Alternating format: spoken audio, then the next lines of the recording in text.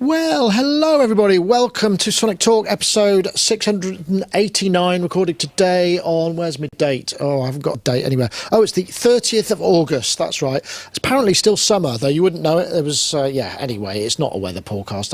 I can't help it, I'm British. That's all I ever talk about outside of music technology, which is the subject of this podcast, you'll be pleased to know, not weather. And we have a great panel for you this week, but before I introduce them, I just want to give you a heads up as to what's been going on in the world.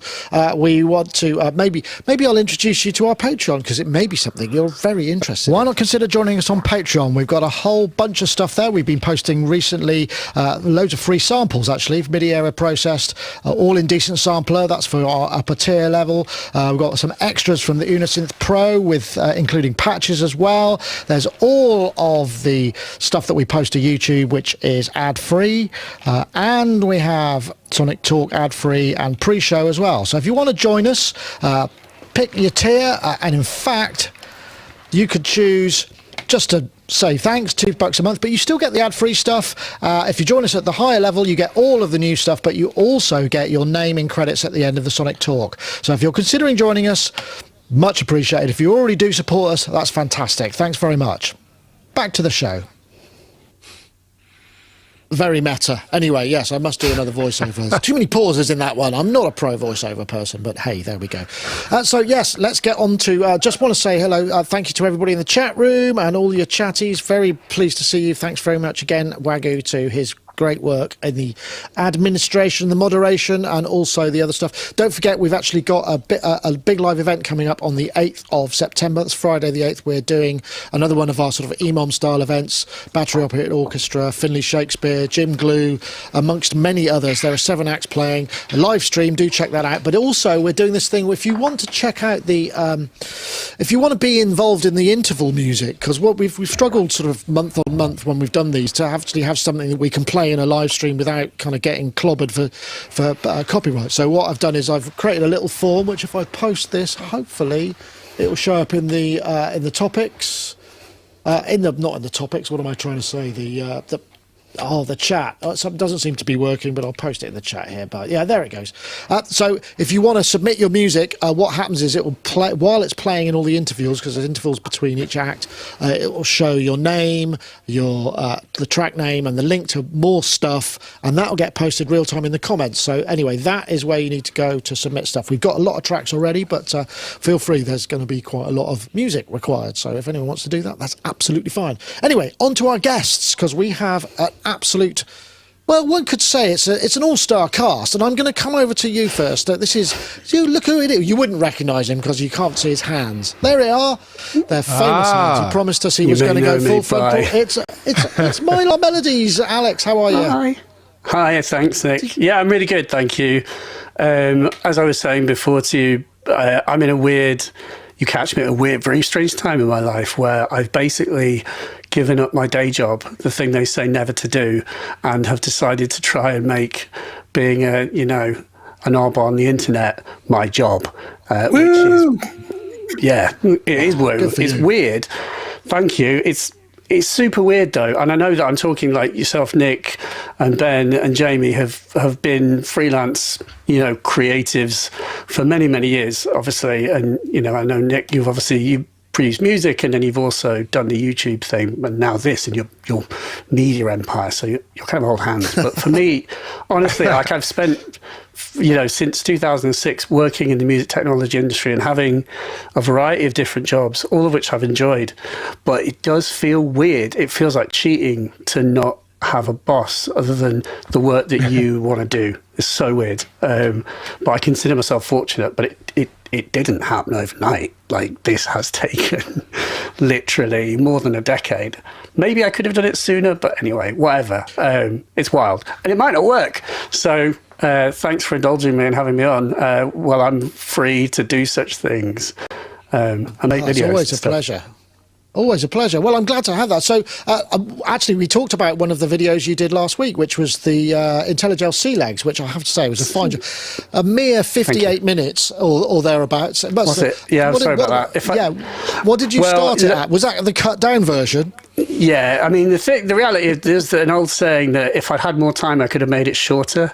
And that was just right at the end of my having a day job. So I had to fit that one in. And so I could have probably made it shorter. But whenever I ask people, like, do you want me to cut these down? People are like, no, leave them long. And I don't know, it's a really hard balance to strike. You probably all encountered this. Those who make YouTube videos, is like, what to leave out is the greatest and most difficult thing to say. And I try and watch it through as objectively as I can and just be like, I'm entertained. This is what I want to see.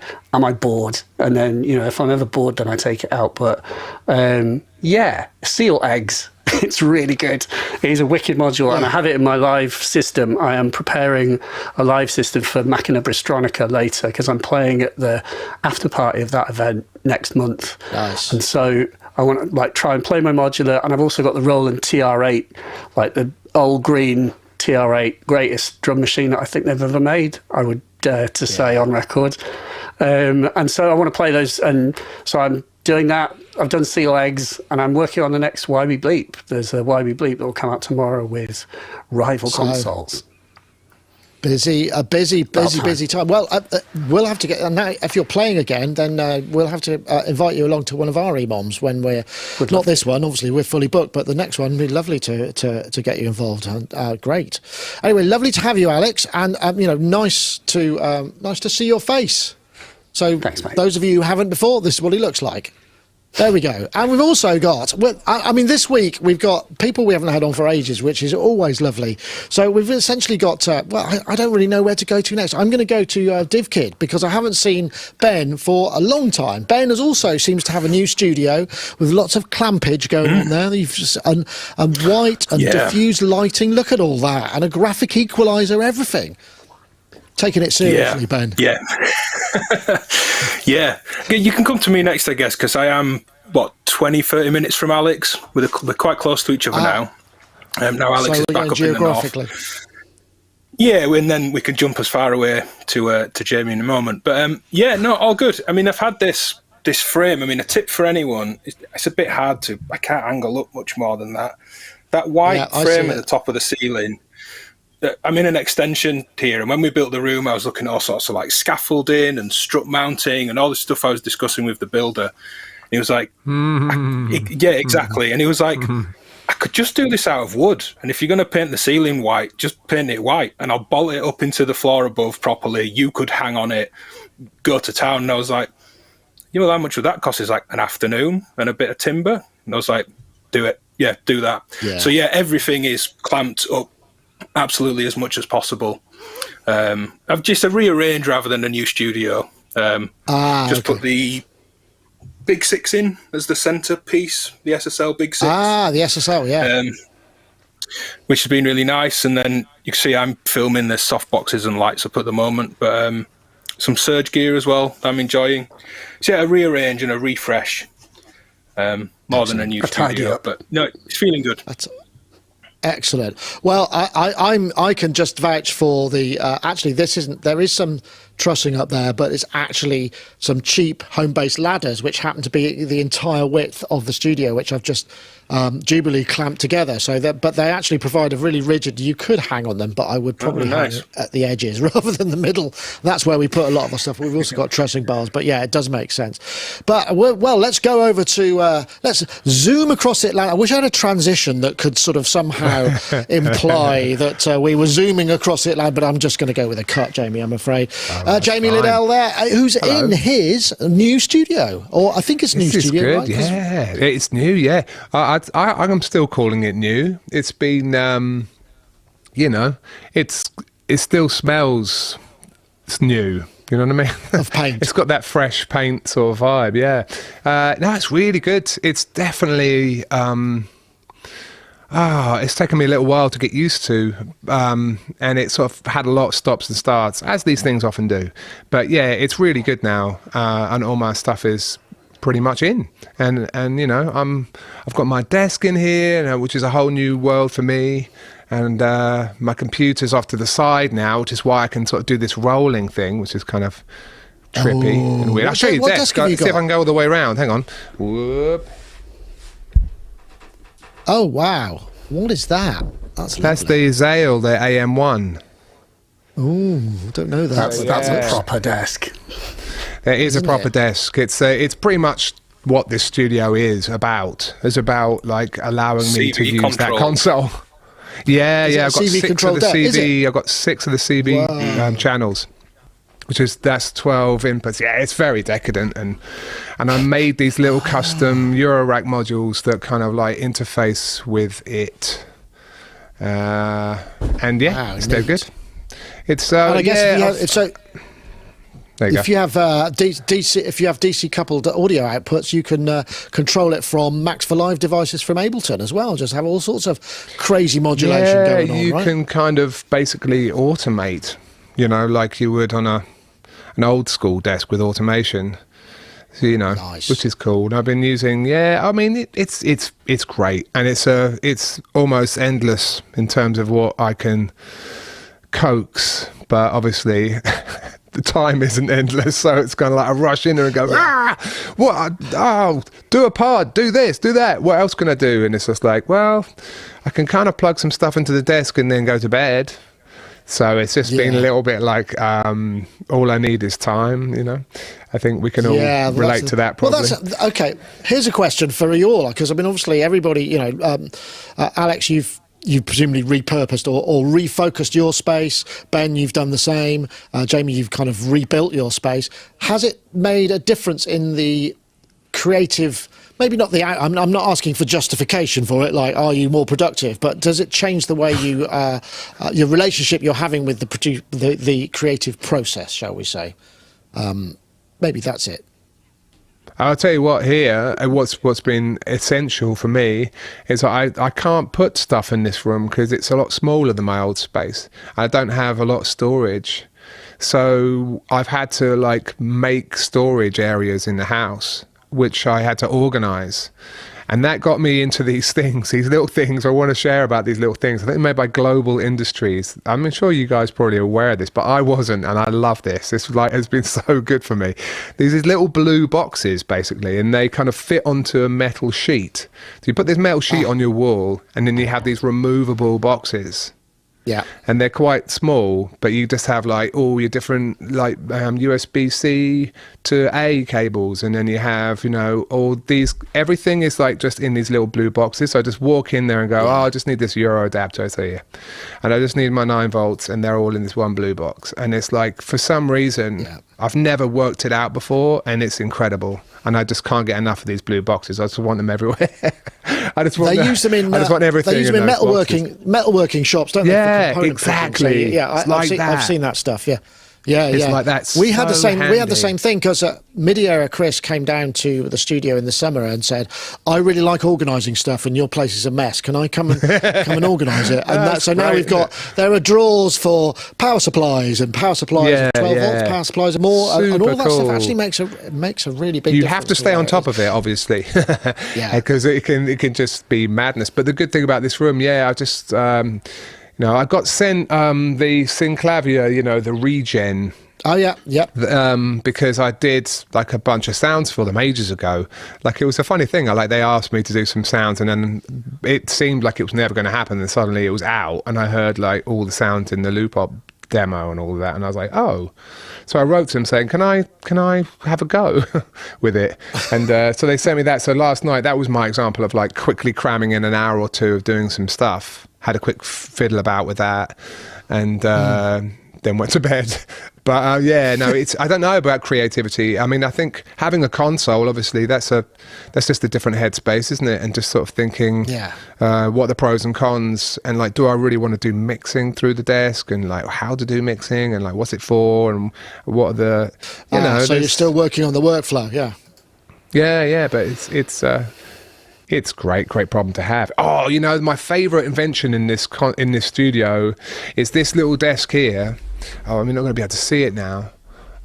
Maybe you can see it. It's sort of like this thing where that Eurorack thing is. That desk is dead good because on the back of the desk it is like just jacks, inputs, and USB and MIDI. like on a kind of custom patch bay, like a 2U bay that's strapped to the back of the desk. And the whole desk is just on one umbilical, just sort of like this all like snakeskin together. You put something down like this little URAC case and like jack into the back, and it comes up on the patch bay, and then you just plug, then you're ready to go. So all you need is the little cables. Pro. I love it. Yeah. I mean, that was my favorite like invention for this room. It's just like the best thing, because so many times you sort of think, this is a thing about workflow, I think, in studios, like you think, oh, I'm going to pull out like a SP1200 or something. I want to use all the 8 outputs. It's like, okay, great. Okay, so put the thing somewhere. How am I going to get the cables into the desk? Do I go to the patch bay direct? Do I have a DI box thingy? How's it going to actually work? But then it's not in a good place to use. So this desk moves around, and it has all the connectors on the back. You just go jack, jack, jack, plug the power in, and you're ready to rock. I mean, that just makes it, for me, like, if in this digital age when a lot of the virtual stuff sounds so good, if you're going to use the real gear, it is more of a faff. So you've got to take the faff away as much as you can. And then, like, I think we've all been there, right, with that.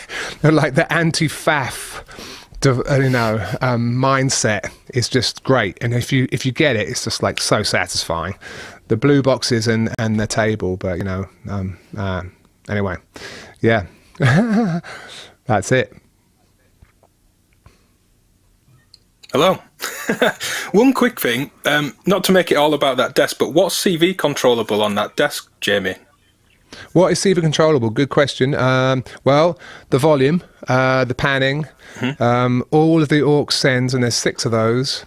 Then there's a stereo width control, and then there's a wet-dry balance to an insert, send, and return. Then there's the high-pass filter, a low-pass filter, and then a mid-band and a Q. And then there's a couple more things as well. It's like Jamie, voltage party at your place. Wow. Oh man, yeah. I want to have you guys come over. It'd be amazing if we could somehow. You tell you what I love doing with this. It's really something. The first thing I wanted to try, aside from AMing the desk, which you can totally do, which is totally bananas because you use like Zale, like VCAs or whatever. But that is the whole point. It's like I make a little polysynth, and then I'll send CV envelope. I'll just send envelopes into the volumes of the channels. So all I'll do is plug the oscillator straight into the desk. And then just like CV control the volume, and it's so clean. You've never heard a Eurorack sound so delightful and so, man, it's that alone is just so lush. So yeah, it's a real luxury item, but I treat it myself. Yeah, lovely. Yeah, fun. Nice. Onto the studio thing. It's well worth anyone that's thinking of having a tidy. I got myself, I mean, it compounded with a few other things that were going on, but just in this space, just not enjoying being in here for just this really big, long, unproductive stretch of just stopping and going, look, for a week, I'm just going to pull this out. Alex was someone I rang. I was just like, do you want to come round and just have a brew and like just tell me what's really rubbish about this space? And he was like, I'm on holiday, but jump on FaceTime. And we just had 10 minutes of me doing this, kind of going, what do you think about doing this in this corner? And he's like, mate, you just need to tidy up. But you just need to tidy up. And I've got all these big wise ideas of, but what about this bit at the back of the room? I'll do this with the keyboards. And he's like, you just need to tidy up and then get into all that stuff. And it's made such a difference making this space better. The other thing that's been really handy, certainly with small items, if you've got modular or loads of pedals, just having a spreadsheet as to where everything is. I have a new video I'm working on at the moment, and there's an older module by that brand that I want to put in the video, and just being able to open up a file, just hit Command and F and just type that in and go, oh, it's the 4th drawer down at the back of the room, or it's in the white drawers under the front desk, or that's been a game changer for speed in terms of hunting for little items and adapters and all the things Jamie said as well. Boxes of cables, we can go, this is the box of XLRs, this is all XLRs to jacks. That and a spreadsheet has been a real wonder. On a really cheap front for making audio connections on a desk, patch bays, well, the story is, and I'll make some silly clickbait video thing about this, but I dropped a patch bay on the floor and it sprung into pieces, each little PCB and set of jacks flying out. And I looked at it and thought I could wrap and sticker that. So this is just a bit of a patch bay, you know, and they're all on separate little PCBs. So I've wrapped it in electrical tape. I got some stickers made that just tell me what. So I've got these that are just a nice splitter if I need a splitter, but whether it's one or multiple, so like a group of 4 or 8 in a kind of my own little block patch bay, I've started taping these and connecting these underneath shelves and on desks. So you go to the back of the desk and you're like, there's my stereo audio. And then the other side of the desk is, oh, there's my stereo output rather than input, or MIDI feeds and stuff like that. I've just started trailing cables and dotting these around. And considering you can find an old patch bay for about 15, 20 quid, I mean, don't drop it on the floor, pull them out properly, but either throw it on the floor or pull them out. You end up with loads of these then, either jack splitters or little things you can make up. And then getting the drill out as an extension to that. I've just built this little switch box. I need to wire it up, but 2 6-way switches with an insert point in between. I got these big chunky kind of electrical switches because it's going to deal with some valve gear, which I'll be sure to turn off and put a big warning that I need to turn it off before I start switching valve gear. And I'm just going to custom print for these. So it'll be effectively I could pick a synth and then choose where it goes, or pick an instrument and choose where it goes, or a pedal, or... So I'm just trying to kind of workflow hack the space with these boxes, and these boxes aren't too expensive. You know, sockets aren't that expensive. Totally bespoke and custom to what I'm trying to do. So that's a bit extreme, but I definitely advise breaking up a patch bay for anyone that wants to split some signals and drop cables around the room. Excellent. That's been a idea, good kind of tip. That's smart. That really is good. Oh, we've lost your audio, Nick. Not sure I can hear you, Nick. The quiet Nick back. Oh, he's scrambling. Maybe I can take over. Pulse width. Go on. I mean, I can pick like up. Nick? Yeah, we've lost Nick. Yeah, exactly. Can you channel your inner 1 2 band? 1 2? Maybe. Am I back? Oh, there he is. There we go. Oh, sorry about that. Sorry about that. I was going to say, Alex, now the pressure's on you. Everybody's come up with these fantastic tips. What's yours? Well, I actually have a lot to say about studio design because I'm currently building a studio in my bloody garden. Well, not right now. I'm talking to you on the internet, but this room is not where I should be. I shouldn't be in my living room making videos. This is my living room. This is this chaos is not what it should be. And with regard to the design of studios, you need a purpose-built space that accommodates your weird workflows. And for me personally, I mean, I both make YouTube videos and I also produce music. So I need to have all my gear set up and ready to go. I mean, I made a video about this, but it was on the podcast I did with BT. He's like, you should make it so that it takes 20 seconds to turn on your gear. Otherwise you won't. And I think he's absolutely right. I think It's true. You do not do that at your peril. And obviously what Ben was doing with the chaos that was his messy studio, just get everything out of the way and make it so that it's ready to go. It's obvious. Obviously it's obvious, but it's not easy to do, especially if you are in a space like this. So like right here, I've got a light and an overhead camera attached to the light with like a Manfrotto arm. But really, I need like the overhead trusses like you've got and so on and so forth. But basically, long story short, this is my living room and I'm building a sort of 4 by 4.6 meter studio in the garden, which is part built, but I'm soundproofing. And in there, I'll have like an end where I can, an end of the room with an overhead truss, a bit like yours, Nick, but not as tricked out.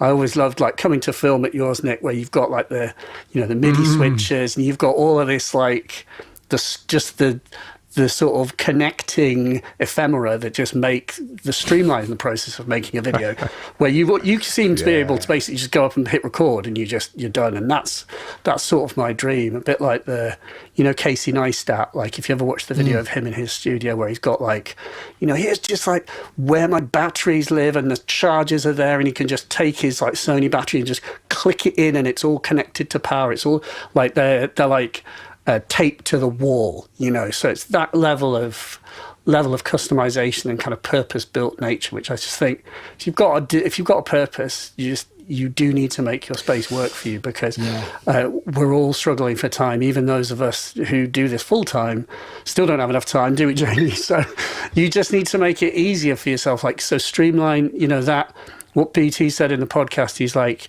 it's a gift, it's a gift to the future to work on your auto loads. He was saying, like the programs that just start his computer up, ready to go, the wiring that's just ready to go, the fact that all of his Euro modules are just clocked. He doesn't have to set up the clock. He's like, well, is that in? Is that X'd? It's all done. So he can just rock up to it and just hit play and play, So no, it's definitely, I had a really nice comment on that 20-second video just the other day, which I pinned, which someone was like, I watched this last year and it's like almost changed my life, because I just had everything, it was a big mess, and I just streamlined it so it was one button to turn everything on, and I use it more. So I think that's totally true. I mean, especially with video, you can mess around for ages trying to get it all right, and it's the idea here is that one person can operate. Gosh, well that was a sort of just a general aside. We haven't even covered any topics, and it's already time for me to mention from our lovely sponsors. It's nice to hear from iZotope, so let's have a word from them. Midside is a powerful music production technique, but there is a distinct difference between midside recording and midside processing. Let us explain. iZotope have a whole bunch of excellent tutorials just like this on their YouTube channel. To get a discount on their software tools, go to iZotope.com/Sonictalk and use the code SONIC10 to save 10% at checkout. Once again, we thank them very much for the support of the show. Indeed we do. And of course, don't forget you can head over to the website. You head over there and it gives you all the instructions on what you need to do to save that 10%. So once again, we thank them very much for their support. So, okay, let's get back into, we could go to a topic. I suppose the first one we've got to do is, because everybody's been talking about this, is Andrew Huang's first plugin together with Baby Audio. So let's just have a look at this. I'm releasing a plugin today. I believe with my whole heart that it is amazing, to the point where I'm not going to do anything flashy in this video. I'm just going to record my computer screen and show it to you. So this is Transit. It's a super creative... Oops, I pressed the button wrong there, and there we go. I'm releasing a plugin today. I believe with my whole heart that it is amazing, to the point circles around the knobs. That's showing you the current value of that parameter. So now as I turn this transition control, you're going to hear those three parameters changing over time.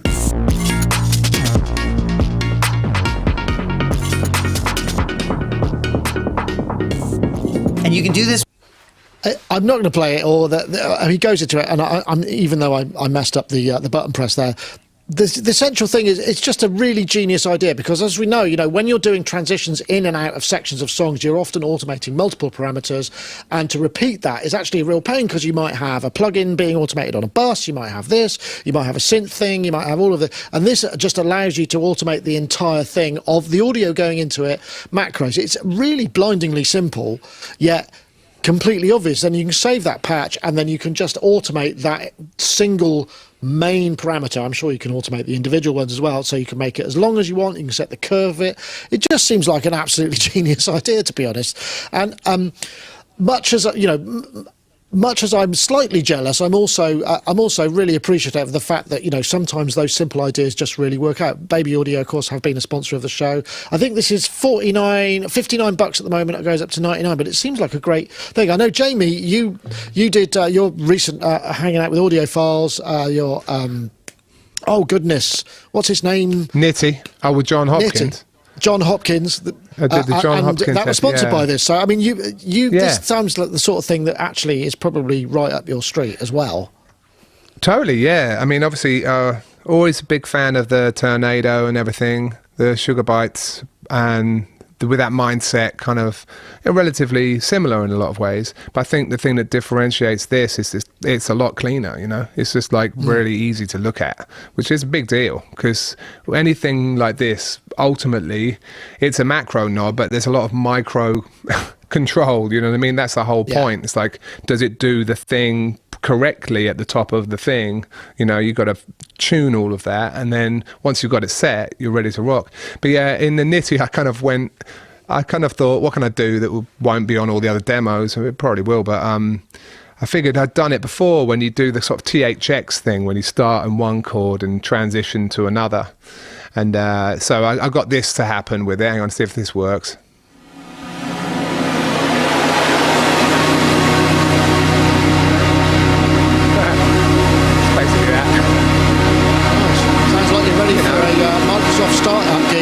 No, absolutely. Yeah. I mean, right. I mean, it's basically like putting a bunch of them, you know, starting on a certain note. It has an oscillator in it, which I really appreciate. That was just like, oh, putting an oscillator in it's brilliant. And you can make you can do a polyphonic chord shift. It's a bit of a faff because you've got to have I think there's 30 instances of transit, but I was impressed that I could run 30 instances with no CPU issues. It's really good. And then in the pod, actually, I thought, oh, I should use transit properly, because I often do the things where I'm sort of, you know, shouting into the abyss and going nitty and all of that. So I was just like, oh, I can just use it here for a transition, for a proper use of it. And I did, and it was like, oh yeah, all I've got to do is pull the one line up and place it at the right spot in my DAW.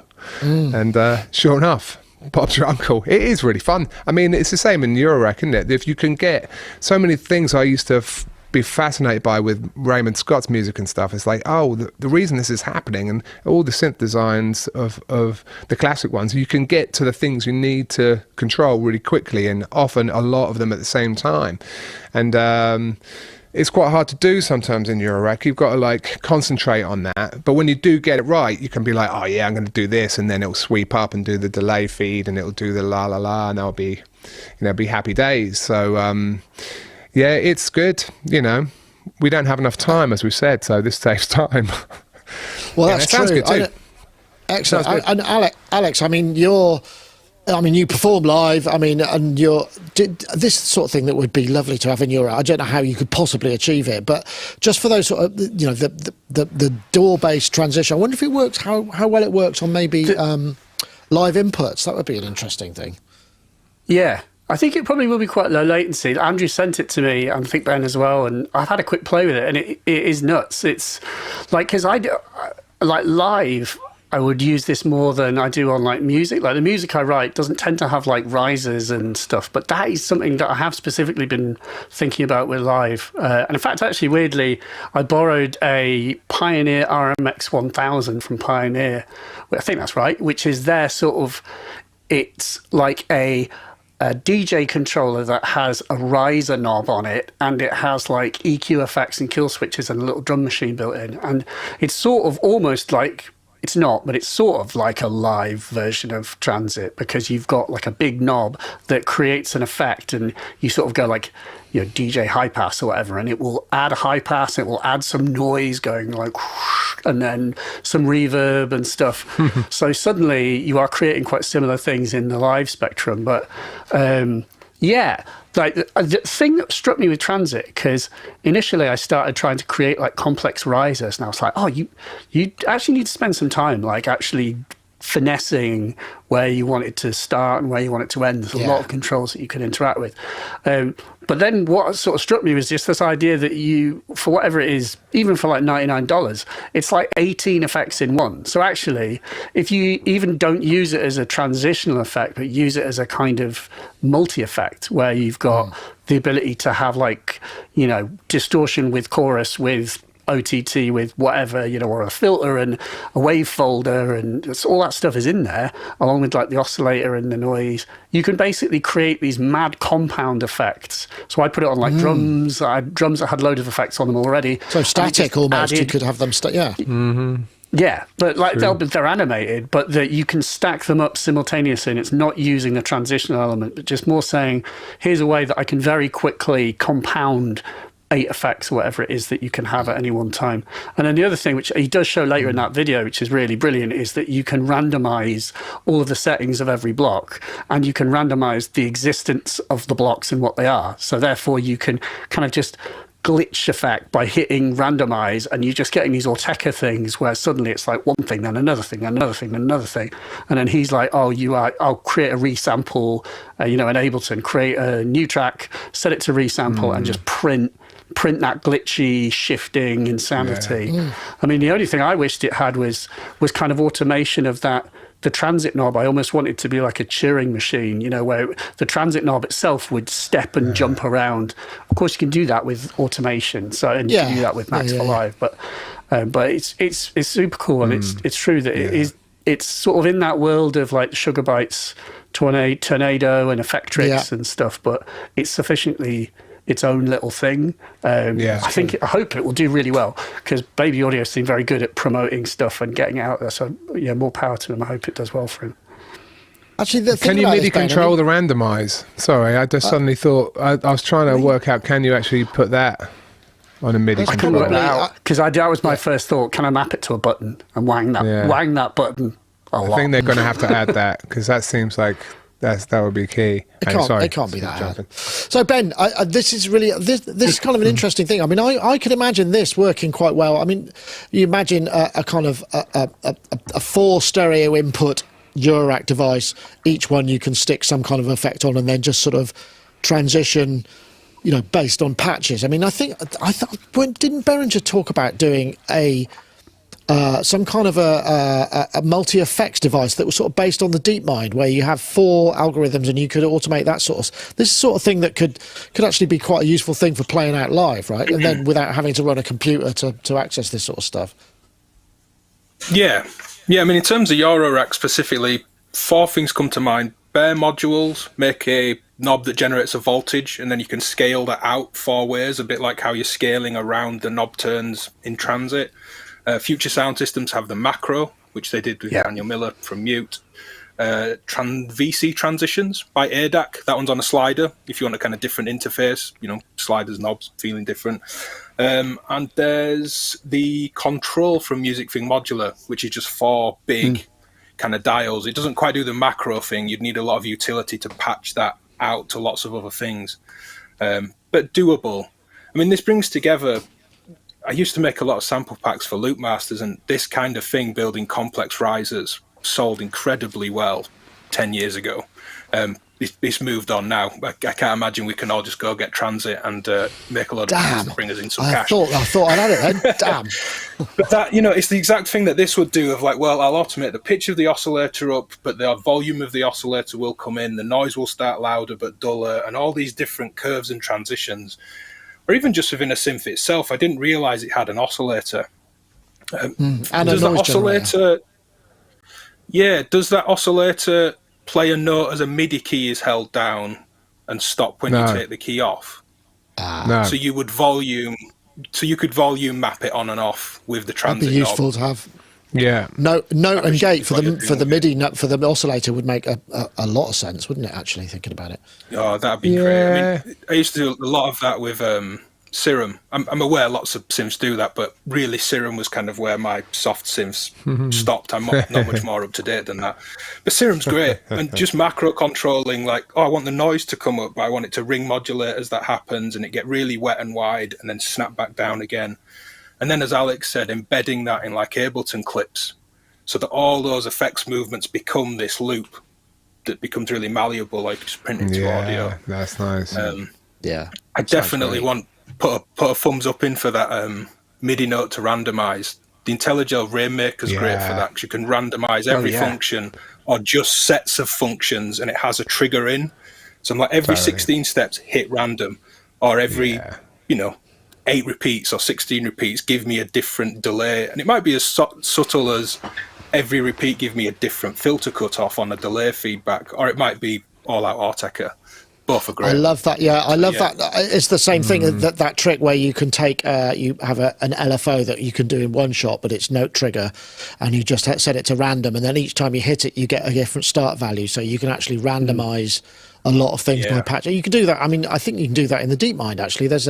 You can route it, so every time you play a chord, there might be a slight variance, and then you can dial in the amount of variation. So it might even be pitch, which would make everything just a bit wonky, or it might just, and it's almost, you're sort of almost trying to emulate analog chaos, I suppose, in a way, but using sort of other methodologies. But that's a top tip. It's good fun though, this, and I think it's going to do well. I think, like we said, we hope it does, and I think it will. So good luck to them. Okay, let's have a look. Yeah, I should probably, let's see, what else have we got? Oh, God, I don't know where to go. I think I might have to go with the two-handed tape scratcher because it's just such a bonkers idea and I really love it. And this is something that Paulie sent in today, actually. Just said, check this out. And so that's what we're going to do. I'm releasing a plugin today. Or we're not. Maybe we won't do that. Oh, for goodness sake. Hold on. Let's just do this. This is probably right. I'm releasing a plugin today. It's all going wrong for me, isn't it? Let me see. What is that one? That is 4. Yeah, thank you very much. Is it even 4? No. The track's a trap. What's that one? Sometimes you have a bad tech day. Sometimes you don't. Today... I'm supposed to be playing that. Come on. Painting magnetic. Yeah, that's the one that's... 1, 2, 3, 4, 5, so... Yeah, this should work. But this looks good. Okay.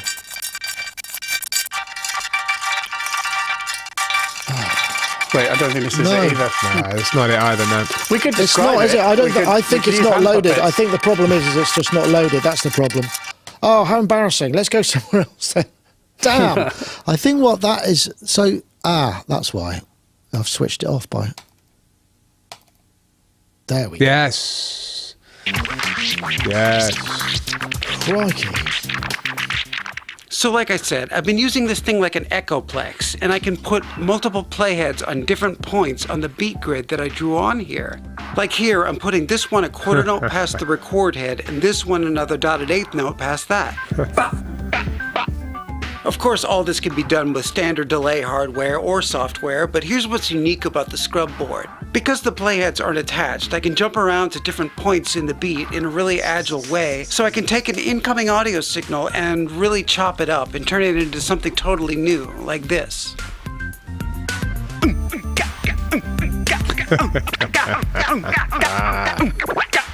This is like Jamie's wet dream. That's so good. What a dude. Sorry about the mess up at the beginning there, but it was worth waiting for. It's Jeremy Bell.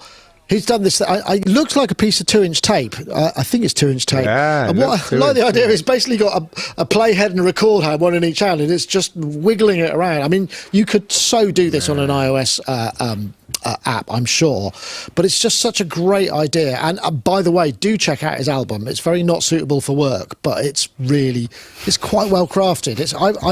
I would say it's like breakbeat Frank Zappa, if I may say so. I don't know. What do you think about this one, Alex? I thought this was just... Yeah, don't play a song about the clap. No. But it was amazing. I thought it sounded like Beck or something. It's like not what I expected. I thought it was going to be like Concrete, but it's like a proper pop song. Yeah, I mean, obviously, Jamie, you're the tape guy, but I just wanted to say, like, this for me, I look at this and I think the future of music technology is not going to be the amount of cycles in our CPU, but it's going to be how these little things help you interact with the music. Like what the interface is what drives the future of music. And here's a perfect example of making a completely crackers interface out of something that already exists, write heads and read heads and stuff. But just how can I interact with them? And I like, it's interesting you mentioned the iPad app, because I made a note here was just like Borderlands and Sampler on the iPad as good examples of this kind of similar worlds, but the fact of the matter is the interface is what might help us create a new music, even though we're not hearing anything we haven't heard, or as he says, that you couldn't make with other methods. But the fact of the matter is that the interface does change what you create, and so I'm all for these like wacky interfaces, and long may it continue. You're so right, man. You're so right. Yeah. And I tell you what's been on that interface tip, there's a slight aside, but man, it's been blowing my mind. Are you guys familiar with the way that the volume control on the original Ons Martineau works? And I'm going to probably get this wrong. Isn't it a little lever thing? It's a lozenge. I think they call it the touche or whatever. It's like yeah. But I think if I'm not wrong, it's like a little leather pouch filled with powder. and like you push in to the powder. Start of any good story. Yeah. Picture a pouch. That's the title right there. Fill it with powder. And that's your personal pouch, which you can then depress, and then that will be your way of expressing yourself with these. Actually, with maybe just that. But who'd have thought that would be so expressive? And yet the thing is, I've just listening to that Messiaen's music for Six Ons Martineau. It is amazing. It is stupid. It's staggering. I think the Ons Martineau came in 1938.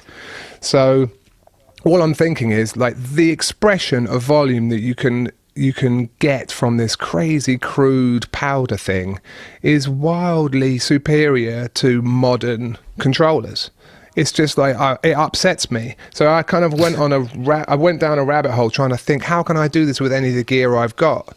And so I settled on using the Pulsar 23 because it has those two touch plates for the CV on the right hand side at the bottom, and you need your fingers to be on both of them at the same time. You can kind of, depending on the flesh contact, it's pretty good actually. You can get quite good at playing it with variety. And the same thing with this tape thing, you know, you need to learn it, you know. The guy's like a master of it at this point, because one of the cool things is that tape runs around, but you see him from time to time to stop the tape, and of course then you're frozen, and then you can like scratch, because then that piece of audio is held in a physical location, and then your hand literally kind of selects the. It's like a lap steel almost, isn't it? Yeah. Yeah, it's super cool. I mean, if he had sound on that, and like, I mean, I designed so many things just like this, and like, and I had them in faders. But this is way cooler. I mean, he did it. I mean, I just hats off to him. I just really wish he'd make the other thing I really want to see, which is like a drum machine, which is like a bunch of those, and then like a tape head like flies up and like plays the sound. But I kind of thought if that was on automated faders, then you could kind of like play it and then sort of like record that, and then it would sort of play the shapes of the playheads and remember them. Okay. But it's quite involved, isn't it? And so like mechanics, a lot of mechanics. It would be probably a clattery old boy. It would probably just sound like, you know, sound like a telephone exchange. Industrial lab. Yeah, but he's brilliant. What a good dude. He reminds me of sort of like other crazy like nerd inventors like Quintron and all of that. He made the Drum Buddy. Do you ever see that thing?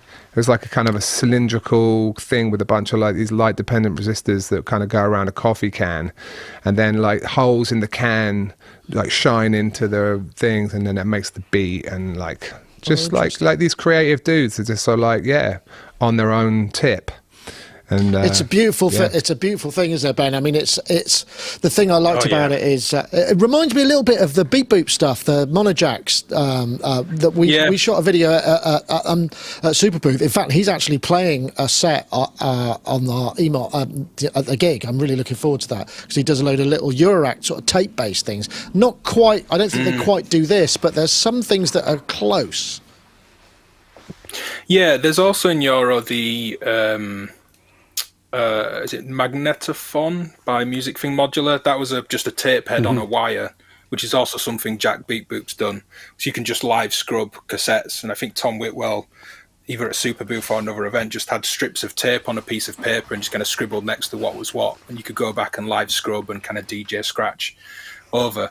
The thing that got me was the timing grid on the tape, because playing with tape is amazing. But when he said I could have a quarter note and then an eighth note later, and just boom, just puts the heads on. Crazy, amazing, man. Just live flying in. What it made me want immediately was a third head, which would be a feedback head, so that the feedback head could be tapped from a different delay point to the ones that you're hearing. Because there's an old Buchla delay that Sputnik Modular remade a Eurorack version of. It's got 4 different time taps out, so you can pick a tap to listen to, but then patch a different one for the feedback, and you get these great multi-tap, all in time, because all the taps like this could be quarter notes and a dotted eighth and whatever time grid you want. I did wonder with that timing grid if he's got some kind of like MIDI DAW tempo to motor speed. Because obviously, if you speed I'm the not tape sure. up and it's moving faster, it was weird. It was weird, but the music in the background, it was like, is this just sort of weird music that he's got kind of just because he doesn't like silence in his videos, and then he starts playing in time with it, and it's like, oh, okay, so it's got some kind of relevance, but it was a bit peculiar, I must admit. Yeah, because that grid being a strip of wood with some markings on it, that's not, unlike a screen as suggested for an iPad where you could just have it always match a grid. Yeah, that's going to change. Yes, that's true. Do you have 4 bits of wood and 4 tempos that you work at, or... Here's the question. Do you think if he manufactured them and people could buy them, do you think people would buy them? Enough. I think some people would. Yeah, I think they look really good fun. I mean, they look like you say, they're quite hard to learn, but it looks like I'm thinking that you could have knee levers and foot switches, so you could use all of your limbs all at the same time, or maybe you just have a tape head, different tape heads on different fingers, even like sort of rings or a glove. I don't know, but that's getting a bit out. No, that would work, but I tell you, I used to do that when I was in Super Collider and. In the late 90s, I used to have a suit of tape, like my whole outfit. You rubbed yourself. And then, I had the tape head on the thingy. But the thing is, you've got to be quite precise. The smaller the head, the more likely you are to miss the track. So that's why it being locked in place like he has, that's key. Because if you sort of just go, and just drift around, all it does is kind of go, you just get like tiny little bits. The actual area, if you think about it, you're driving down a narrow road, and sort of like you're basically like a drunk for driver, any distance, but so you kind of need it pretty locked in. So that's the good thing about the 2-track tape. Just spray it all over the 2-track. Just one mono. I think he must have a custom head if he's not printing multi-track on that. But I think I think Jack White has a 2-track 2-inch. That's a custom head that he made. So he's got a 2-inch tape that plays just 2 tracks, or an inch per track. Well, he's got guides, hasn't he? There's a guide that it slots in. I just wanted to have a shout out for this comment, which was you could, and they just gave me an idea. Native Instruments could make Sewing Machiner, couldn't they? Which would maybe have some sort of relevance to what we were talking about, or maybe not. It's a little bit random. Before we move on, I should just have a word from our friends over at UVI as well.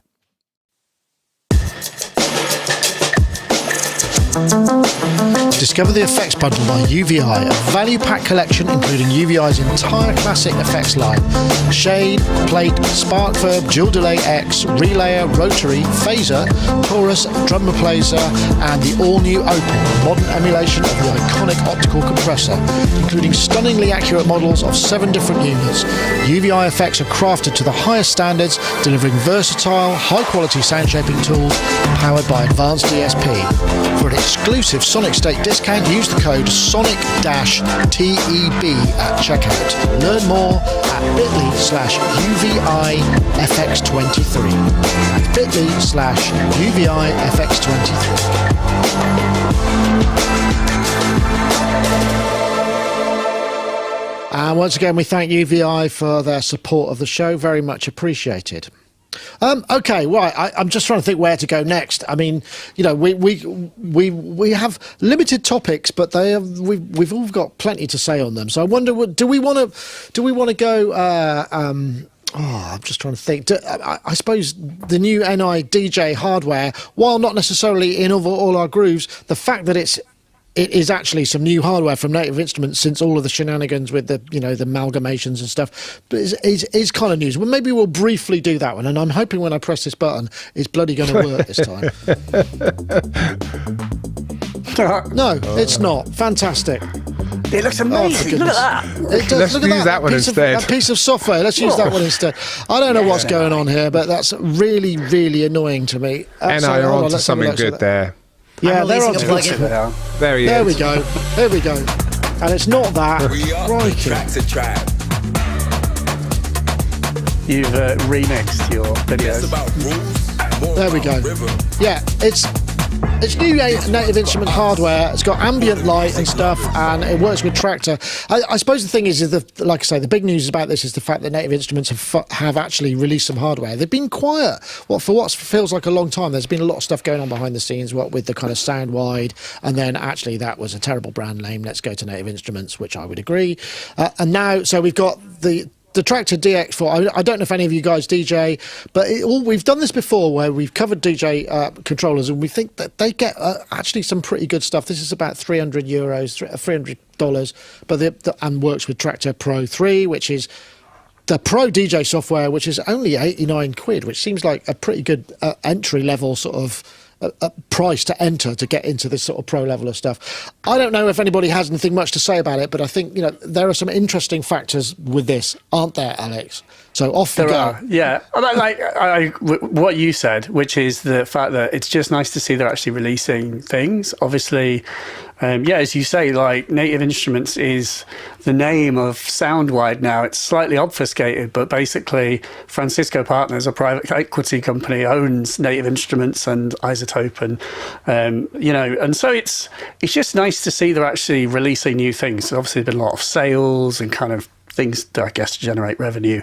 Company's got to live. But I'm not a DJ. I did ask a sort of anonymous friend in the industry who is more of a DJ, kind of what they thought. And so I don't know, I can't say who it is, but they were like, it's cool, but it's maybe not as exciting as it could have been, in the sense that it doesn't seem like a complete sort of evolution of the Mark II. That's, I'm passing on their words. I don't really know. But then I suppose I would, playing devil's advocate, you don't want to mess what's good about an old piece of hardware. You just want to kind of evolve things. It'd be like Ableton completely changing live for version 12 or something, it would be bad. So I guess, as you say, they'll make good stuff. They do make stuff. They know how to make things. And obviously, I'm just glad there are people there who are tasked with making cool new products. And I'm sure it looks good. I do like the new design and the look and the aesthetic, like the new branding. I would definitely say was well overdue. When you get brands that have new logos and stuff, like Arturia, changed their logo and stuff after many years. But I definitely think it was high time that NI changed their logo, because it was super 90s. And so I just think it looks cool. I like the aesthetic of it. I like how it looks. And I'll let a DJ comment whether it's actually worth having. I don't think we've got any DJs, but the other thing that's worth mentioning is they say this is the beginning of a series of new product announcements for the fall. So that's going to be kind of interesting. I don't know. Have you ever had to DJ? I mean, and have you DJ'd with not vinyl and this kind of controller stuff? I mean, imagine, being able to rock up with just your USB stick and your computer and something like this, and having that kind of freedom must be pretty liberating if you are and have had to carry vinyl around for your entire life. It's a bit like playing a Rhodes, isn't it? You don't want to carry it anymore. I've had enough. No, by all means. Yeah. It is one of those things. I'm going to be playing live in a few days, Jesus. And I'm going to be doing it with my neighbour, Rob Berger, who's I never get a chance to play with him, and we're taking out, way too much stuff, including first time I'm going to play out with a tape machine and a big long loop. So yeah, I mean, I was always envious of the DJs back in the day, rocking up with nothing, getting more money than me, sounding louder, and then going home. Probably deaf, but that's the price you pay, isn't it, for DJing, is that you lose your hearing. So if the NI could fix the hearing loss, maybe that's the killer product they need. Well, that's not a bad shout, actually. An DJ monitoring system that actually, didn't hurt anybody. I mean, that's the kind of that's the worry, isn't it? But that's me just being an old man and going, "Oh, what's your ears?" But you really have to, don't you? It's really yeah. So I've used to use. I like that form factor though. I used to make kind of Max for Live stuff. Hopefully they've made it so that you can hack it, because I used to do that with their old controllers, and the Max control of them was really good. I used to control Eventide pedals with those slidey ones that had buttons on that were Traktor controllers, and they were great actually. They're really good size, and you could get really deep with the customization. If they've put that in, I'll be into it. Well, it would be good that if they...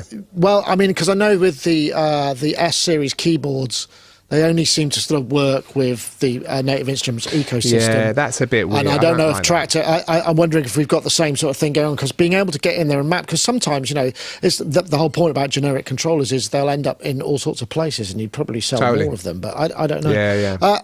Ben, I don't know if you've had to DJ with this kind of stuff, but it seems like the control, they get great controllers, DJs. And they're very, because I suppose because from our point of view, what's good about them is it's a fixed use case, isn't it? So, we get controllers and it could do all sorts of different things, whereas this is what you need for that specific job, and maybe that's the key. Yeah, absolutely. I DJ'd a couple of times with vinyl.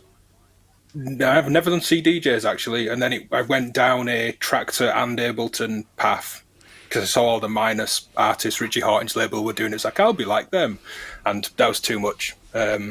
Had the Novation Nocturne, which is like a £69 small sound card, about the size of the X1 actually, and that just had a fader on and I think 2 knobs either side. EQ kill switches, that sort of stuff, didn't they? Yeah, and kind of curating down, because I had the Behringer's, the BCR 2000. There's just loads of knobs on it, and there's the fader one as well. And I had loads of different, like 8 different beat repeat effects on the Behringer. It's like, I don't need every variation of timing grid beat repeat all on all these knobs, which I quickly realised at a gig. It's like, I'm just not going to touch this.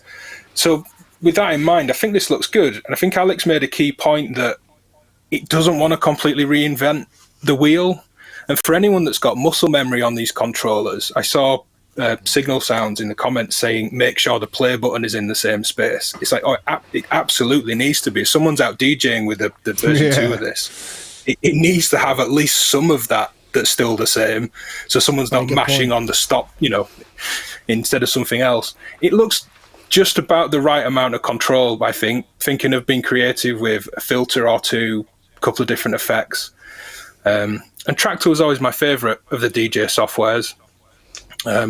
Not that I used it much live or anything, but its effects were good. Even kind of 10 years ago, its effects worked well. It looks a nice size. I suppose the thing is that's really interesting. I think it's got like 5 little OLED displays. And I think that's the thing that what we need in a MIDI control world is like a protocol that allows us to specify what we want to be seen on a screen. So, that's why we get these integrations. I mean, that new SSL stuff, which kind of brings the metering in, you can see stuff on the screen. I mean, it all looks great, but how would you describe over MIDI or via setting up your controller what you want to see on a screen and how you want it displayed? There's got to be, without getting into having to do XML stuff, which is probably where you're going to have to do that. I mean, maybe that's the brand. Clap was supposed to maybe do. That's. Oh, sorry. Oh, sorry, Clap. Right, Clap. To do that. I was going to say, not returning to that man's song called The Clap, which is excellent. But I thought, I was like, damn, you're going back. The plugin protocol, bring that back. Back for the Clap. The clap is supposed to do that. When you've got the clap, you're supposed to be able to. One of the things is it would declare all of the knob names to the DAW, right? So maybe that's a way of doing it. And wasn't this also the whole thing of that? What was that Novation? The Novation had their old MIDI controller, like the silver, like the silver one with automap and stuff. That was what that was meant to do, wasn't it? But it never. But it only had, but it didn't have it. All it had was a 2-line text display. Whereas now with AMOLED, we can kind of describe any shape that we want on it. And I suppose if we had that sort of stuff coming into just generic MIDI control, that would be a game changer. I mean, I haven't heard anything much about this. Is the UVI project, UVI and Bitwig, all trying to kind of create this sort of standard that makes this would make this kind of thing possible. But we just don't. It's one of the big problems with MIDI display is, I mean, you get close with the knobs with the rings around them where you can see the values, but there may be other stuff that you want to see. You might want to see the patch name. You might want to see, I don't know, the next patch name. You might want to see, whatever. I mean, we don't have an ability. We don't get this, do we? No, and that's something that right. We need that. When you don't get that problem when you have a pouch filled with powder. That's where true. I wanted to go, is a Native Instruments pouch. If they did the Native Instruments pouch, I'm in. So, a leather pouch filled with a mysterious powder. Which for all DJs everyone agrees on that already. And then what happens if it bursts? Well, yeah, obviously, we don't talk about that. And can you imagine the levels of geekery we go to over like filter topologies? People will be saying, "Oh, I'm not using flour or bicarb. Baking soda's got the best bounce." I think it's gunpowder. I think there's gunpowder involved, which makes it quite exciting. What? Yeah, there's gunpowder. Especially just making this up. All I think is, I am just like this sort of. I'm not to be the old man again, but I just feel like I feel like so many things we're doing, we're not learning from that beautiful era where they were trying to get electronic music and sounds to fit in the orchestra. Because I don't know. I would argue. I've made two arguments. Both happen to be French. One isn't actually. There's Touche, Rowley, and the actual Touche and the Osmos. So there are inroads, and there is stuff happening, and I think that's going to become more of a thing. But the Osmos, it sounds like general MIDI. A little bit. I mean, it doesn't give me goosebumps. You know, you got to sonically have the goosebumps, and that's kind of like that. You know, sounded pretty good when I played it, but I think you need to see a better demo. Then that's what. Yeah, I've always felt it's a bit sort of new agey. It sort of ends up being, I don't know. Yeah, it's true. Pan flutes. There's a lot of that, isn't there? I think we've got one coming, which I hope to sort of explore a bit, and I think that would be a challenge. I did a demo. Actually, I shot a demo at Super Booth. I forget the name that I spoke. That I think was Arnaud actually, and he did a demo, and he was exploring more of the sound and saying, "Well, listen to some of these things." Because I said, one of the things that I noticed is there's a certain metallic, or not coldness, but it feels. I'm sure it's capable of so much more, but maybe it's quite hard to program those kind of sounds. And he said, "Well, listen to these things." And so check out the demo that we did at Super Booth. There's a bit more going on there, and it's a bit more interesting. So I think I think I'm maybe just trying to deny that I probably just want one. So I'm just trying to think it's shit. But it's like, actually, not to. So it's really good. That's probably all I need is that. Just be like, it's amazing. It probably is incredible. Yeah. Next week. I think it's learning to play it as well, isn't it? Yeah. It's learning to play the thing. In my hands, it would probably sound terrible because I don't have that expression in my fingers. It's not an instrument. Well, it's not been done before. I've certainly played piano chords before and wobbled fingers around, which is the guitarist in me trying to add vibrato that's not there. But there'll be no finesse to that when I move to a full polyphonic MPE instrument. So it's learning to play the thing, I think, would be the issue more than anything else. My ability would definitely be lacking. I think the thing that's quite interesting, and I think this is what made the big difference. Alex, you've played one, you can probably agree. The Rowley is extremely expressive, but a lot of the expression is to do with lateral finger movement, which is really hard to adjust your playing style. Whereas the Osmos is all about the expression of the release and the touch velocity. So it feels, the linearity, the way that you apply your fingers to it is much more familiar. I mean, I played. I've got the Osmos, the little one, not the Osmos, the Rowley little one, and I thought that was great. But it's really, you play it for any period of time, and you make your fingers do things that you want the sound to do, and it really bloody hurts after a while. And that's because obviously I'm not practiced, because these muscles between your fingers, that is not something you're doing a lot. Whereas you're doing much more of that, and your fingers and the articulation is much more developed. I don't know how you felt about it, but yeah, you may be right. Like it's like, for me, the way that it responds is how I imagined or wanted the Rowley to respond, in the sense that with the Rowley, as you were kind of getting at, is like, it's a bit like you basically have to push kind of hard on the Rowley for it to start responding. And it's similar to when you get keyboards that have like mono aftertouch that isn't terribly well implemented and doesn't have the, however it's pronounced, hysteresis like or whatever, just on or off. Basically on or off is never good. And so what the Osmos does is that initial pressure, it responds even with the slightest touch. And to Jamie's point about the sound, it's the Harkin, Egan matrix. So I think it's, I I definitely wouldn't draw any conclusions about its sonic prowess or, whether it's a new age thing based on presets, because it's just like when people, I've seen this, but like, people commenting on videos on like the Arturia Polybrute going, it sounds a little bit thin and brittle. And I'm like, mate, it's a synth. It's a synth. And so you can make it sound different. If you change the knob settings into different places, it won't sound like that anymore.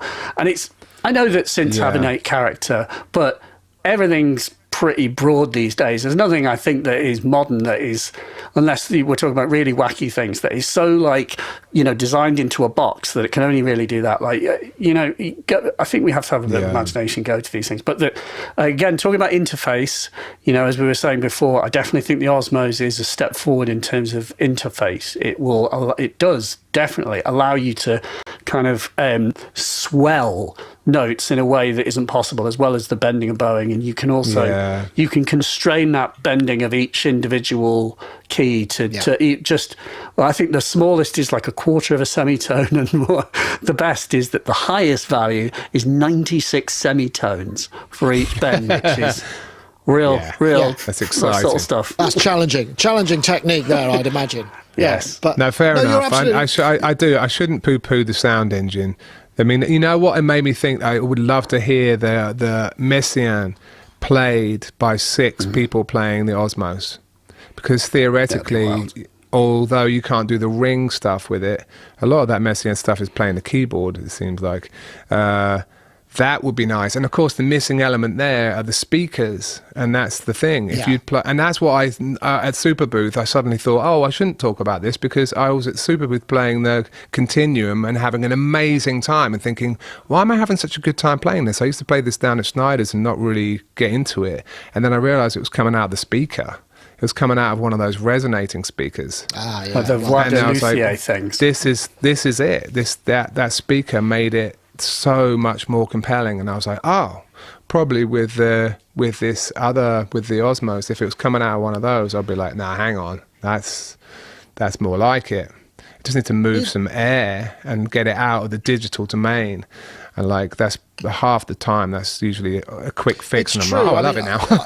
But I think I mean, not to labour the point too much, the thing that's quite, some of the early demos of the Osmos, I think we shot, Gaz was filming it with Christoph, I think he's called, one of the main demo guys, and he just did a demo which was literally one finger, and it's one finger, and it's sort of, you could imagine if that one finger was to picture, that would be expressive enough to sort of convey whatever emotion was needed. It is literally a soundtrack in one go, because of the amount of expression and dynamic range you can put in, and you're moving through the patches and the sounds. Each patch in the Osmos is not really it's not like a piano and a bass. It's like, this is a complete instrument in its own right. If it's programmed right, you're transitioning through a whole number of like different major sound points that are not just that initial patch.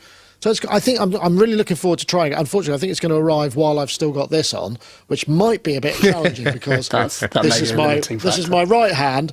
So yeah, I'll do the demo. What's it like for a broken wrist? Yeah, well, that will be the test. Anyway, sorry. I don't. How are you all fixed for time? I feel like we've gone over, but I'm quite happy to stick around. I don't know how you are. You okay for a bit, or should we? Yeah, I'm good. Yeah. No, Okay. I always do this, Nick. I always start shit talking something, and then I just always leave going, why was I so negative? That gets fixed, Jamie. Does it? Different oh, it's true. Yeah, I could be like Vivek Ramaswamy or something. I could just be like, no, and I'm definitely not into that. I do have. It is an honest concern of mine though with the Osmos. I wanted to just love it and just think this is the future, but I have had sincerely a problem with the sound. So I mean, I am voicing a legitimate concern. At the same time, the expressivity, as I've been trying to coax from this little modular thing, I've loved it because I can feel, and I think all of us in the modular world, CV is superior because it's instant, and like that's a big deal, you know. Like with this Ond, like that interface, you can tell when they're playing that it is so connected to their body.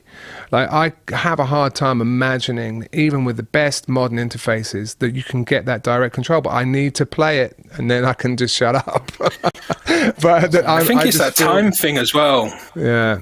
It's just back to that, you know, talking my ability on one would be rubbish. I don't mean to dumb it down so much, but it's a bit like saying, I picked a violin up in a charity shop today and God, it sounded awful. It's like, well, they do. Like the first note you try and play out of a violin or a trumpet that requires a certain amount of technique to get that first note. Anything that doesn't, you know, or guitar, like not having a buzzy, horrible sound playing a note on a guitar the first time. Yeah, I don't know if some of it is that, and I think some of the electronic instruments, they really spoil us. You know, take a Eurorack oscillator and filter, and it's immediate, just wow, and it just sounds great, and it's almost this false sense of being good at what you're doing. I think I've certainly had a lot of that myself. Like, this sounds amazing, and it's like, not really. It just sounds better than if you were to play one note on a guitar. What it does is it feels amazing. I think that's possibly what we're talking about, and I think some of that sound. Yeah, talking about the is it Vox de Luthier? I forget the name of the soundboard. That's I don't think that's been captured well in a demo yet. Like, you know, it being mic'd up and then being presented as an online demo. It's like, all right, gives it a bit of a colour. It's a bit like running just an impulse response of a space or complex EQ curve. But then in person, it's such a different thing to an actual speaker. It's great. And they do just feel good. I don't know if it just wants that pairing. Certainly if you're looking for that whole instrument, you'll need the gong resonator and everything next, Jamie, to go the whole hog. I know. Well, sounds like we're getting into new age treatments here. The spring. Well, but have you heard the Messiaen? Have you heard that stuff I'm talking about? Six. No, I must. It's some of the best electronic music I've ever heard. It is unbelievable. It is so moving. Jamie, and I'm like, what does the ring on that node do? You know, because I know there's the little pouch, our dirty little pouch, and then there's like the key. But help me understand what the ring and the keyboard. How do they work together? Right. What do they let you do? Well, the keyboard is totally separate from the ring, but the ring is just basically a free. It's just like where your finger is in space. Basically, it's tracking your finger in a mechanical way. Modulation source, right? Well, no, it is the pitch. The ring. It's the pitch. Right. So it is just the pitch. If you go higher, it's a higher note. If you go to the right, it's a higher note. But then it has little dents in like a little board, so your finger can find specific notes, and then it will depress into the little hole, and then you'll be in a C, say. So you can it has little, and then you can like wobble your finger, and then there's your vibrato, you know. So it's, rather than it being like a C board that's just like infinitely just free, it has like guides essentially. It's not like the Troutonian, but I suppose it's kind of related in that it's free conceptually. But you do have a keyboard, and the keyboard does have a left to right wobble. You can do vibrato. Yeah. You could have done vibrato on that keyboard in 1938. So it's not a new concept. But but what is amazing, and when you hear the Messiaen, is just the dynamics of the playing. It's just awesome. It's like it made me so sad in a way. I was like, we've really gone backwards in some. Yeah, it's in the pouch, and I'm like, seriously, I had a idea with that, with the interaction of sand. I had this idea before, thinking, could you touch like moss or like something that feels really good and make that be the controller? Obviously people like Vlad at Soma, he's on that, with those brass buttons, and I love that kind of stuff. I love it. I mean, and playing this pulsar with those two metal plates, pretty good actually. Could be better. I wanted the make noise, pressure points to be more responsive, but I never liked it. What's better for that, Ben? What's really instant on that kind of metal toucher?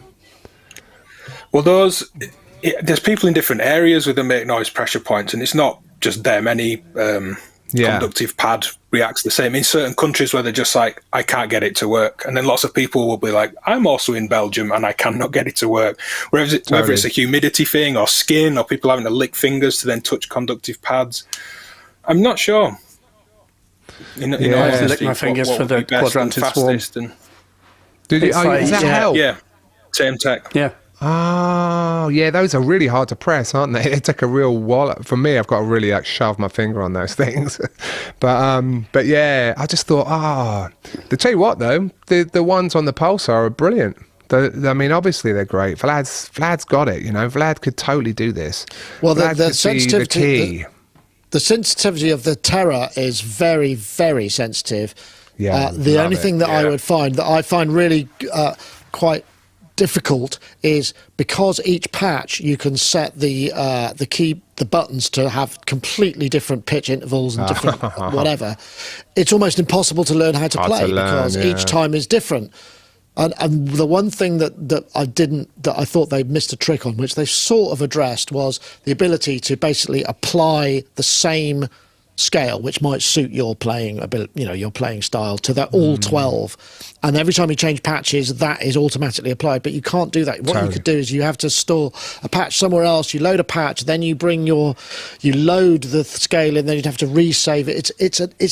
It's a little thing, but that needs to be set at a kind of global level so that you could just go, right, okay, I've got my head around how to play an octave or whatever it is. I maybe have two shapes that I want to use here. So it would be a bit like having a bar, a capo on your guitar. So, one would be one thing, one would be another. But ultimately, so you can fly a bit more and you can immediately learn some muscle memory, because that's really hard otherwise. And that's the thing that I think was a bit problematic with it for me, because I never. If Vlad would release a stone, if he would just release a stone, a bit like a mouse-shaped stone for your left hand, there will just be volume with the CV out on it. I'd totally love that.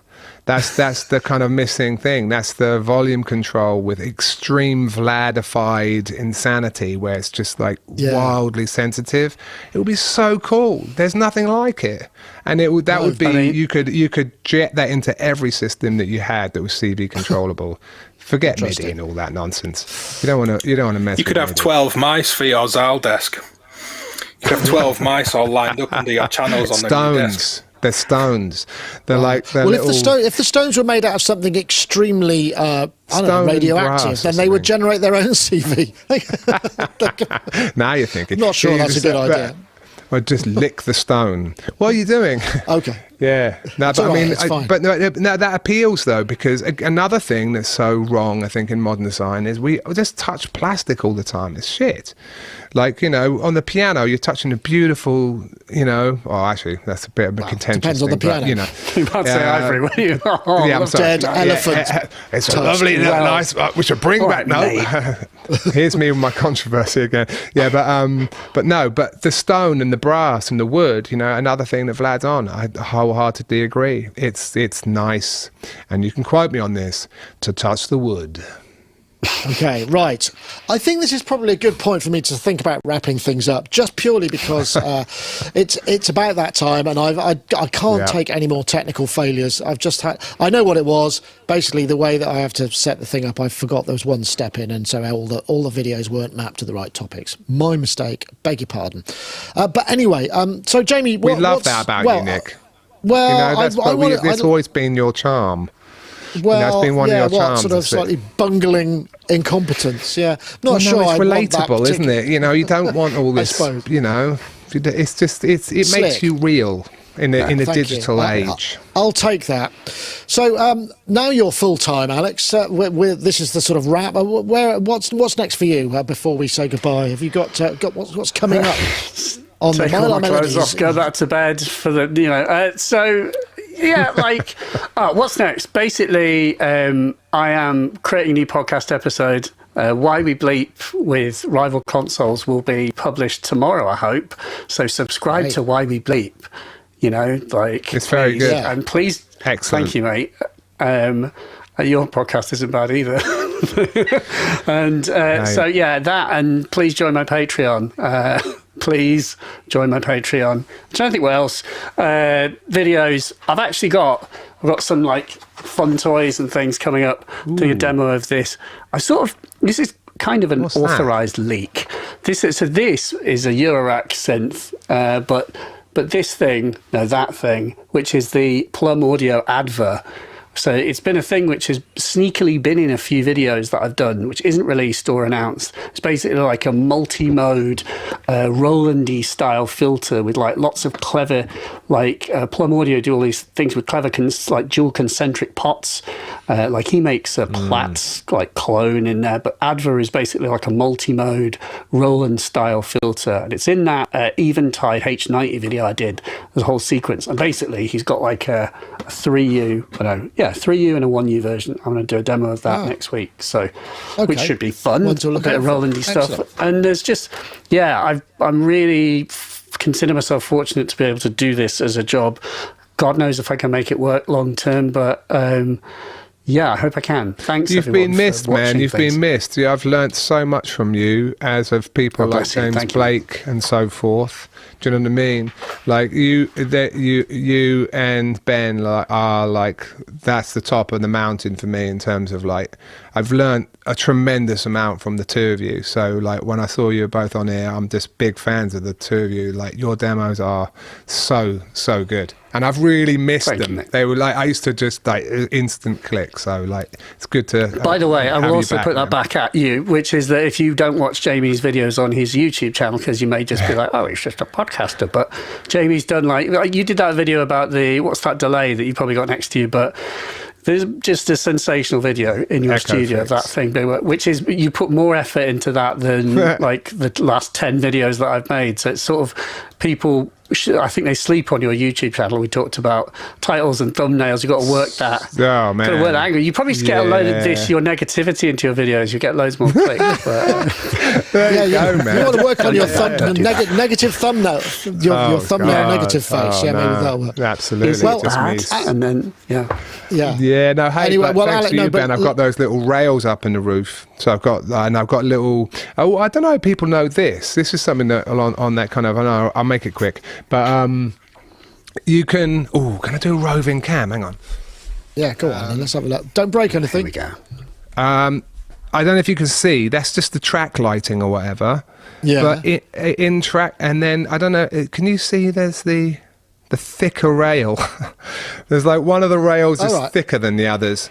It's like basically I just put a dowel, a big sort of circular doweling rod kind of thing there to grip onto. But then in those track lights, of course, you can throw power.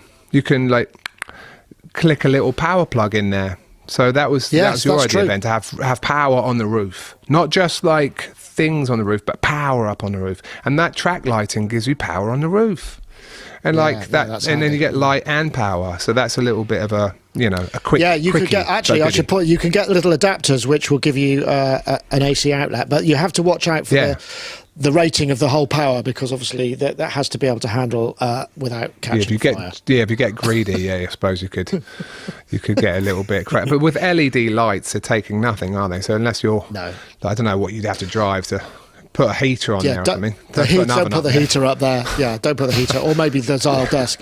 I guess we'll come to you. Obviously, Jamie, it's lovely to have you. If you haven't checked out Jamie Lidell Music, check out the Hanging Out with Audiophiles podcast, which you're back on, because I think while you were in the middle of your studio kind of set up, you were... it took a massive break. I felt so guilty. It's funny, isn't it? Because I got the Patreon as well and all of that, and you're not feeding. And that's part of the thing with the YouTube thing for me. Is it's like, I like to do them in a way. It drives me absolutely bonkers. I don't know how you guys make the YouTubes. It's absolutely it's obscene making them, I find. But I just can't. I kind of make one and go, never again. And then like a few weeks go past, a month, and I'm like, maybe though, if I maybe I should do just one more. And then I'm sort of back on the train. So like another reason no one watches my YouTube videos is because they come out like once every 3 months or something, and I'm not feeding the blooming algorithm. Yeah. Well, so not slapping the algorithm. If it's any consolation, the frequency is no longer part of the algorithm feed. So it's all about quality and engagement. To be honest though, I'd just like to point out I have no interest in feeding algorithms. I mean, obviously we try and do what we do. It's really but you do it at your own pace. That's fine. So just carry on doing it, Jamie, and do whatever. Thank you. Yeah. Yep. And got a little bit of a live show, and just loving, being in this studio and seeing all you lovely folks. Thanks for having me on board and with my You're more than welcome. More than welcome. With my negativity. And Ben, what's next for you then, Ben? What have you got coming up? I'm sure you must have some vids coming up. You're going to be at Machina Bristonica 30th of September as well, right? Yeah, just a quick shout for power in the roof. That's an absolute godsend. I had a couple of power outlets in the roof, in the ceiling rather.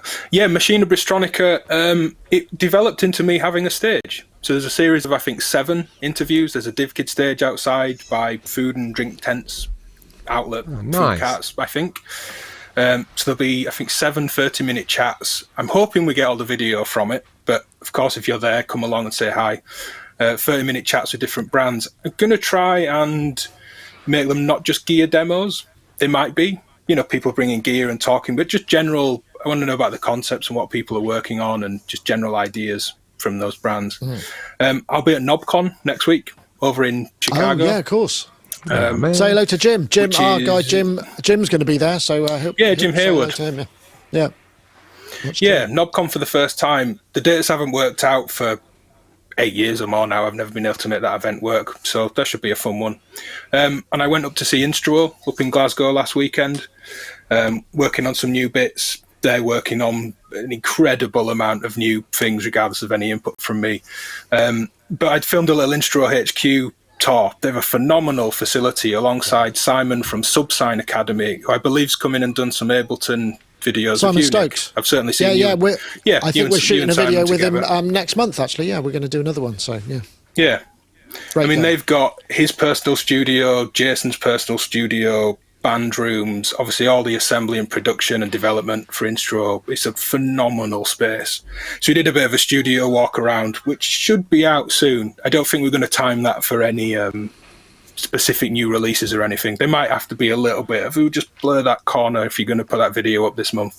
But that and a new Eurorack video, new module, which is what I'm shooting there. Wrong way around. Excellent. You kind of see the pod of creation, if you like, in the new Bafako case, which is very nice. Yeah, loads to do. We've just got loads of videos to do and catch up with, and I need to go around to Alex's, give him a big squeeze. Now he's close enough to do so.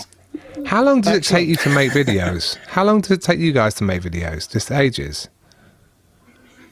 Yeah. Speaking for myself, it depends on the product. Yeah, like it's different now, obviously, having the day to work on stuff. So I've kind of not done one from scratch here, but like I would spend. It depends what it is. I think half the problem is that you say yes to doing a video about some lowly Eurorack module, and then when you actually pay attention to it, you're like, oh my god, this like one Eurorack module is like a whole instrument in and of itself, and you have to basically like learn menus and what it's good for, and so it can take a long time. Here's a top tip: never agree to review a workstation. That was something I learned very long time ago. Yeah. It's like reviewing the piano on the workstation. No, that's a whole ecosystem. Like the idea of reviewing something like that would just be a nightmare. I would almost refuse, or I'd be like, well, we'll just do one very specific aspect of it. Yeah, that's the way to do it. So it takes a long time. It takes like streamlining things and having things set up, because as all of us who've done this know, but if you've ever tried to make a video, it's just the simple fact of getting the camera in the right place, getting your clean SD card, getting your light in the right place, getting your sound connected, getting your table right. Oh Christ, the angle's slightly wrong, hang on, that's it, and then you're like, right, okay, recording clap. It's just like, by the time you've done that, it's like 12 p.m. or 12 a.m. and you're just like, I don't feel like being like, hey guys, particularly. So it's really hard. But these are the things why doing it in the daytime, I hope, will be a revolution for myself personally. But as I said earlier, like, you need that space, you need a studio, you need it to be trussed and ready to go and just make your life easier. But it is hard, but it's fun making videos, isn't it? I mean, it's fun to be excited, to be enthusiastic. And also, to be fair, it depends how scripted and how produced you're going. I mean, we've taken the path of, we have real-time communication and we communicate in real time. We're not making feature films, we're not trying to make, really hugely homely crafted and scripted things, because those things are a different set of skills. So, it's like this, we've just made an hour or so of content and we didn't really plan anything, I mean, it could have gone maybe smoother, but if you're doing it not in real time, and I would edit all of those bits out and it would all be fine. And so, it's just a question of how you approach it. And yeah, learning the equipment can take a long time, because sometimes you learn something and you just go, there's just too much here to do. So what path should I take through this? I need to find an angle where I can go, this is how I can demonstrate, I think, what are the key features. Here's something I don't like. I'm not going to cover everything. Maybe, whatever. Those are the sort of things that. Yeah. Well, exactly. I mean, he's got a very structured thing, and Jamie, your videos that you do, that's probably why they take so long, because you're being very filmic about them, and you're trying to make them into creative, and that's fine. And the early reviews that I used to do, I would reinvent the wheel every time. It was like, no, I can't do that every time. Totally. I haven't got it in me. I just can't. Whereas if I could just go, here's me talking, and this is, yes, it's the same shot and these shots and these shots, but really the star of the show is the gear, so therefore I don't have to, maybe go. It does make me think about a futuristic camera that's just like a drone camera, so that every time you want to do a shot, it just goes, go there, shoot this from above. The angle I like. Great, just hold it there. And they do exist. It's just how much money have you got? All of that stuff is out there. But you want a person, ideally, don't you? You want that really good assistant, effectively. That's exactly that could just be like, get the shoulder angle on this. We're going to jam on this bit of gear. I think about Depends that on all it's the exactly time. what. Yeah. It's all the missing that, things when we're physical, jamming. Mechanical, Yeah, that kind of physical admin of the whole thing. But then I'm guilty of going so far down a rabbit hole of, if you're demoing a filter, it would be just as interesting of a video and shorter and have much better engagement to just go, let's just have some fun. I make bass lines on this filter and it sounds great, rather than here's every single thing I can think of doing with a filter, including 25 minutes on sub-audio processing and slewing modulation signals. That's kind of fun in a geeky technical way.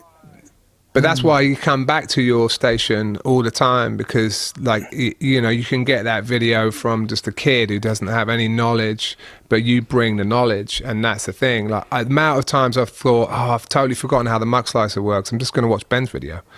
Then instantly depends on what you're trying to do, though. I love that stuff. Because you say, a kid could just do it, but if that kid's really musically talented and engaging, sure. It doesn't matter if they've got, Not to so take they're away all from just that, but that's the other thing. The other takeaway I would say is, more often the music will speak more volumes than any words can. But sometimes, I see people in our comments saying, "Stop talking and just play the thing." And I say, "Well, I think what you're mistaking this for is a demo. This is a review. They're not the same thing, But so YouTube. The invention of YouTube's like chapter markers, I think, was actually like a genuinely massive UI improvement for the entire site. Because then I feel like chapter markers make it okay to be a bit indulgent is the wrong word, but just to go on a tangent and just be like, right, I'm really going to get into this thing, because don't worry, you can skip ahead and you can see where to skip. I feel lost if I go on a video that doesn't have chapter markers across it. So I think that makes it justifiable. And everyone I ever talk to, or whenever I ask people, they're always like, put more in. But I watched Andrew Huang's video about the Transit, and even though he's like, all I'm going to do is just going to throw it up on screen real quick and show you it, but it's so well done. If you actually really pay attention to how he takes you through all of the various features in a way, I'm like, did you script this and plan it?